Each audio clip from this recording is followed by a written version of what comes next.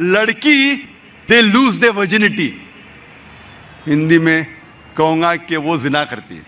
90% से ज्यादा लड़कियां 19 साल होने के पहले यूके में जिना करती है।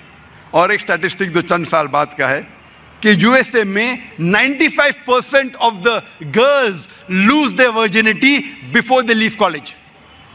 95%, 95%। चंद साल पहले मेरे एक दोस्त थे जो डॉक्टर है, बंबई शहर में एक कॉन्फ्रेंस अटेंड कर रहे थे ऑन एड्स, और उस कॉन्फ्रेंस में कहा गया था कि बंबई शहर में 70% से ज्यादा, मोर देन 70% लड़कियां स्कूल से फारिग होने से पहले जिना करती है। मुझे यकीन नहीं हुआ कि बंबई शहर में, इंग्लैंड में हो सकता है, यूएसए में हो सकता है, बंबई शहर में मेडिकल कॉन्फ्रेंस ऑन एड्स 70% से ज्यादा लड़कियां they lose their virginity, Urdu में कहूंगा जिना करती है। 70%। 10 लड़कियां जो स्कूल में जा रही बंबई शहर में, 10 में से 7 जिना कर रही है।